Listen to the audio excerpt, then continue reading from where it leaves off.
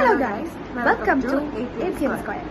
1991 April 28 ബാംഗ്ലൂരിൽ നിന്ന് ഒരു സ്ത്രീ കാണാതായി. ഇവരെ കാണാതായിട്ട് ഒരു വർഷമായിട്ട് യാതൊരു സൂചന ഉത്തരവ് അവരെ കുറിച്ച് കിട്ടുന്നില്ല. അതിനാൽ അവരുടെ മൂത്ത മകളായ സഭ ഈ കാര്യങ്ങളെ തുടർന്ന് പോലീസ് സ്റ്റേഷനിൽ പോയി കംപ്ലൈന്റ് കൊടുത്തു. ആ കംപ്ലൈന്റ് ആയിരുന്നു ഇന്ന് ഇന്ത്യ മൊത്തം അറിയുന്ന ഈ കേസിന് കാരണമാകുന്നത്.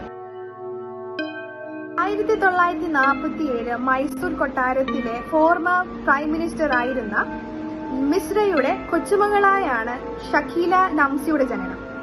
And her life was A true example for A luxurious life. ഏതാണ്ട് 18-ാം വയസ്സിൽ അവരുടെ കല്യാണം കഴിയുകയാണ് അക്ബർ മിർസ ഖലീലുമായിട്ട്. അവർക്ക് കല്യാണശേഷം 4 മക്കൾ ഉണ്ടാവുകയാണ്. ആൻഡ് ഇവര് കല്യാണശേഷം UK പോവുകയാണ്. അയാൾ അവിടെ എന്തായിരുന്നു ജോലി ചെയ്തോണ്ടിരുന്നത്? ഡിപ്ലോമാറ്റ് ആയിട്ടായിരുന്നു. ഇന്ത്യൻ ഫോറിൻ സർവീസിൽ ഒരു ഡിപ്ലോമാറ്റ് ആയിട്ടായിരുന്നു അക്ബർ മിർസ ജോലി ചെയ്തിട്ടുണ്ട്. അവരുടെ കല്യാണം അങ്ങനെ നല്ല രീതിയിൽ പൊക്കോണ്ടിരിക്കുകയാണ്. ഏതാണ്ട് 20 വർഷം കഴിഞ്ഞിട്ട് അവർ ദാമ്പത്യ ജീവിതത്തില് ചില വിള്ളലുകൾ വരികയാണ്. അതേ സമയത്ത് തന്നെയാണ് നാട്ടില് അങ്ങ് മൈസൂരില് ജമീന്ദാർ സിസ്റ്റം വരുന്നത്. അപ്പം സ്വന്തം സ്വത്തുക്കൾ കൈവിട്ട് പോകുമെന്നുള്ള ഭയത്തോടു കൂടിയും പിന്നെ ദാമ്പത്യ ജീവിതത്തിലെ ചില വിള്ളലുകൾ കൊണ്ടും ഷക്കീര നാട്ടിലേക്ക് തിരിക്കുകയാണ്. സോ നാട്ടില് ഈ വസ്തുക്കളെല്ലാം കൊടുത്തിട്ട് പൈസ വാങ്ങാൻ വേണ്ടി ഷക്കീരയ്ക്ക് ഒരു ഏജന്റിനെ വേണം. ഇതിനായിട്ട് ഷക്കീര ഒരാളെ കണ്ടുമുട്ടുകയാണ്. അതാണ് സ്വാമി ശ്രദ്ധാനന്ദൻ.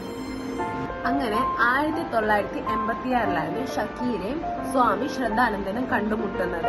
ഇവര് ബിസിനസിന്റെ കാര്യം പറഞ്ഞ് ഇവർ രണ്ടുപേരും സ്നേഹത്തിലാകുകയും കല്യാണം കഴിക്കുകയായിരുന്നു.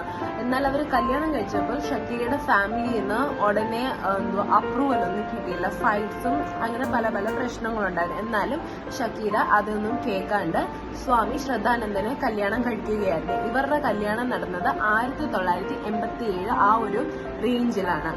അങ്ങനെ സ്വാമി ശ്രദ്ധാനന്ദനും ഷക്കീരയും കൂടെ കല്യാണം കഴിച്ചു. അവരുടെ മാരീഡ് ലൈഫ് എന്ന് പറഞ്ഞാൽ നല്ല ഹാപ്പിനിങ് ആയിട്ടുമായിരുന്നു നടന്നുകൊണ്ടിരിക്കുന്നത്. എന്നിട്ടൊരു 3 വർഷത്തിന് ശേഷം 3 വർഷത്തിന് ശേഷം ഏതാണ്ട് 1991 ഷക്കീരയുടെ ദേഹത്ത് ചില ശാരീരികമായ പ്രശ്നങ്ങൾ ഉണ്ടാവുകയാണ്.